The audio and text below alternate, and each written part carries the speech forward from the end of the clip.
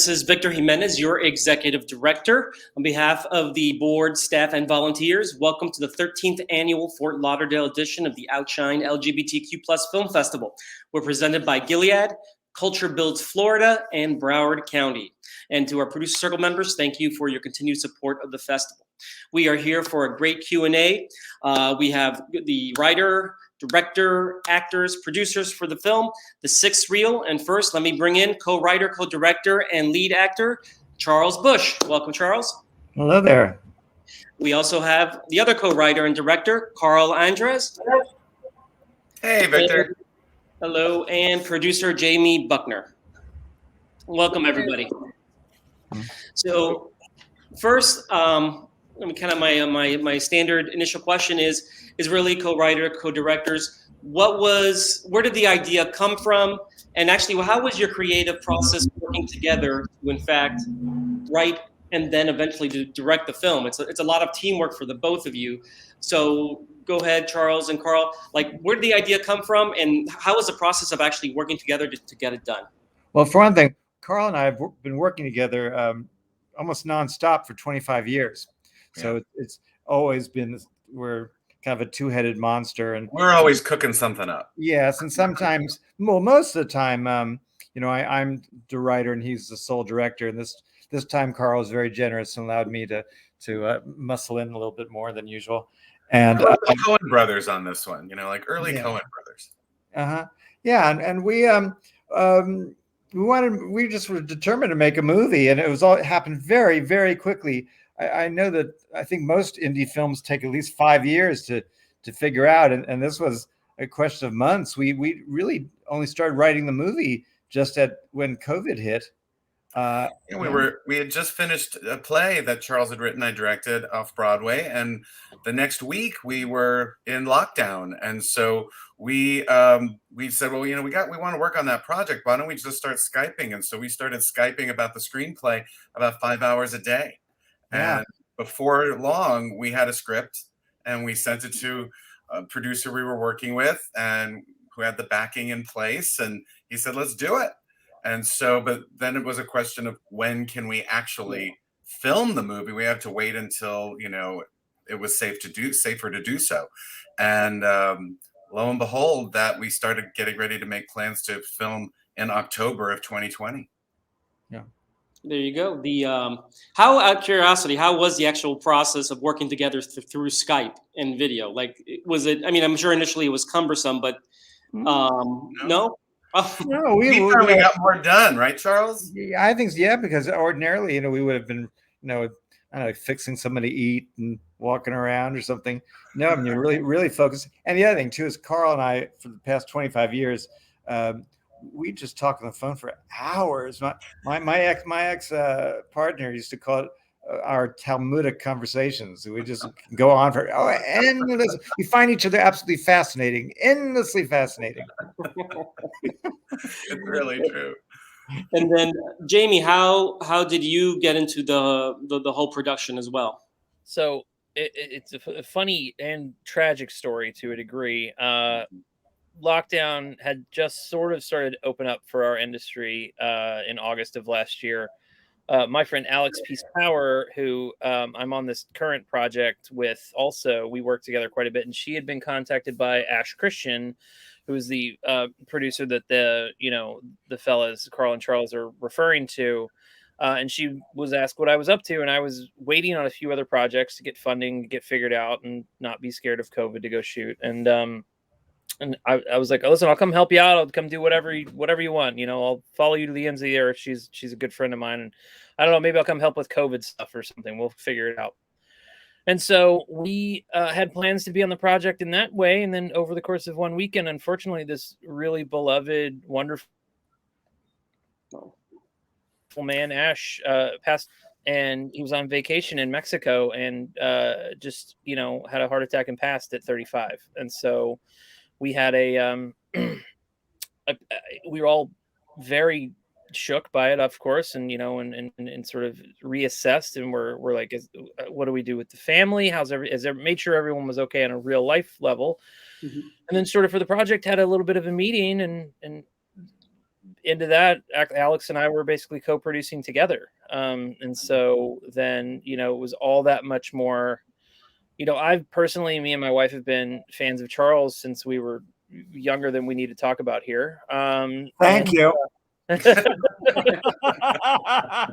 And so I was already honored to be a part of it in any way, to work with Margaret Cho and all of our great cast that we ended up getting. But then it became even more important that we see it through for Ash and his mother and his business partner and good friend Kimberly and everyone involved that loved Ash. So that was a long version of how I got sort of involved. Yeah. And then, thank you. And then, speaking of the cast, how was, did you already have the cast, certain people for the roles in mind? How was the casting process? How was the casting process during COVID? And people are just curious, how how were you able to get it all done during, these, quite frankly, crazy times, especially when you had it made? Well, my leading lady, Julie Halston, has been my stage buddy and co-star for many years, and Carl and I really wanted to do a movie where we could show some of that relationship.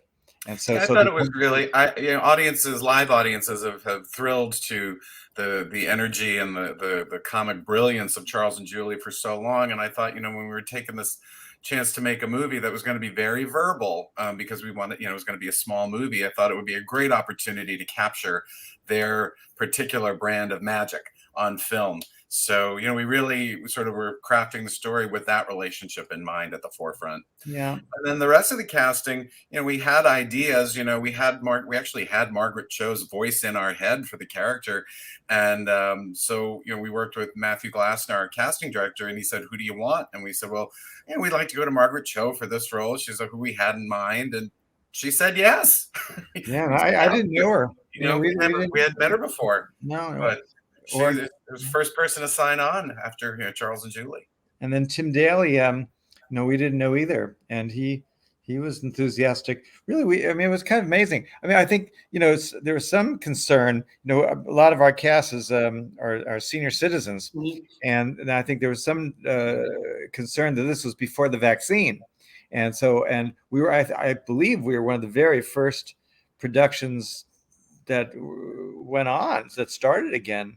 Sorry, I don't want to interrupt you, Charles. No, but it was very unique in that because we were a solely, privately funded independent project, we benefited, but also was a little extra risky, honestly, for folks to get out. And we were many folks' first projects since the world had kind of opened back up to see how our industry could start back up again. So there was definitely, between the cast and the crew alike, we have several people who were really excited and wanted to be a part, but just did not feel like they were ready to leave the house, to be honest. And then, and I think one of the greatest things is that we managed to keep, for our shoot for a month, we managed to keep about 80 people COVID free without vaccines, with just, PPE and safety precautions and really great safety managers. And PPP for a degree also. Right. Well, the other thing I thought that turned out actually really kind of exciting in the midst of all this was that, most small indie films are shot all in location, and then you maybe do 2 days in a studio. And that certainly was my experience with my previous films, and basically just about everybody on the crew. And in this case, because of COVID, we couldn't really be in those tiny little rooms. So we shot most of the movie on a soundstage at Umbra Studios in upstate New York, and that was just thrilling. No, I never had. Like we're on a Hollywood lot. Yeah. Yes. Oh, it was wonderful. It was so much better than if we had been crammed into some little apartment in the village with noisy neighbors and banging on the walls and all that, because we were. It really helped us shoot the movie quick, because we shot this feature in 15 days, 15 10-hour days. And so shooting the bulk of the movie on a soundstage where everything was pretty much set up, where we weren't running around, we actually had, these sort of human days and people got to sleep and eat, and it was all, again, it was for protection, it was for safety. So yeah, we benefited from a very nice workspace. It's funny that too. You get those apps on your phone that are like, here's what your pictures were 1 year ago, 2 years ago, whatever. And it was 1 year ago today that I have a picture of, or a video, a small little video of Alex with that car on the green screen stage. Basically, it was like Oh my gosh. car rocking it back and forth. And I was like, I sent it to her, and she was like, "That's crazy that was only a year ago." It is. It So didn't occur to me. It's exactly a year ago that we were shooting. Exactly a year ago we were shooting and Wow. getting ready to wind up our time in Newburgh and come to New York and shoot some exteriors. exactly. It's kind of interesting because I'm now, of course, I'm forgetting the title. Like how different filmmakers kind of were able to kind of work. I'm forgetting the film right now, but they kind of changed the script so everything was in one location. So in effect, they kept a very small crew. They flew in the couple actors. Everyone stayed quarantined for 2 weeks, and then the whole film was just shot. Are you talking about Mass? Huh? Are you talking about Mass? No. Something Fireflies, and of course now I'm. Well, yes. We met that wonderful filmmaker at the. Right. Yeah. So this sounds like, I'm guessing, a very similar thing where, you probably kept the same crew for the, at 12 days you had the, it's a nice, it's a tight turnaround for a feature length film, but that way everyone was just always stuck with each other and you didn't have to worry about. I'm sure people just kind of stayed in the studio area the whole time, and we all lived in the same place. We all lived in the same hotel complex, and there really was this whole bubble that we were in that also which kept us safe. Mm-hmm. Yeah. And the cast was only disappointed that they couldn't really hang out. Like you couldn't go to the hotel bar and knock back a few. You had to, we all still had to. If you wanted to hang out, you had to do it outside. And the COVID manager put himself back on duty to make sure that everybody was, following the rules. And God bless him. Right. Yeah, and honestly, you should kind of be proud with the whole motif, the whole film. I mean, you wanted to have this sense that you're in Greenwich Village, and even though you're in the studio, it came across, like from the whole, the whole, you get that feel from the film. Well, we had a wonderful production designer who we've worked with before, Dara Wishengrad, and so she created these crummy New York apartments on the soundstage down to all the layers of water damage on the walls. I mean, really, can't believe anybody wouldn't think that's not the real place. She was so worried, just as we were getting ready to build. She was so worried about time, and we were like, what's your concern? She's like, the paint. I'm so worried about the paint. And like Jamie and Charles and I are like, the paint, it dries. You put a fan on it. She's like, you don't understand. And it's because it's layers of plaster and color under color and then stripping and to make it look like somebody's living in that apartment for 30 years. But then we also did shoot on some different locations. We got out of the studio a bit. We did, yeah. We were in an Italian restaurant. We were in two different movie theaters. And actually another apartment. Yes, and then a very beautiful boardroom in New York City. Yeah, so we had to move around a bit. And also, just credit where it's due, I would guess too. It's to Gendra, the way that she lit those apartments, the way she lit those. And she was insistent upon having some sort of backdrop with like a city, like a brownstone sort of setting outside. And it really does. It makes a world of difference with how that. And in certain things, I always think of the beginning when you're talking to the detective and that splash of light coming in through on the back wall from the window. It's just, she did a really brilliant. Her and John Rosher-Gaffer did a really great job with those stage sets and the whole movie, of course. Yeah, absolutely. This is my final question. For all of you, and we can start with Jamie, then go to Carl, and then go to Charles. What scene in the film is particularly memorable for you? Either your favorite scene, or there was a challenge that you had. Just Jamie. Like, what's your scene from the movie that it's going to stick with you? Well, so that's interesting. The easy answer, I suppose, is I really like we were able to, for our private screening room, no real spoilers, but there's a small movie theater scene toward the end of the movie, and I just think it's really nice. It's a really nice sort of way to end the movie. It's a sort of curtain call for us. It sort of harkens back to why we've made the movie as far as our love for movies, but it's also sort of has a theatricality to it. And I think that's really special. And, all of our cast is involved, and that's probably my favorite. I mean, it's kind of a cheap answer because it's kind of just the ending, but it's that I love that a lot. I think there's a lot of great feelings after you've gone through the 70-80 minute journey that you've been on with the movie. I just think it's a really special sort of way to go out into the world after we cap it like that.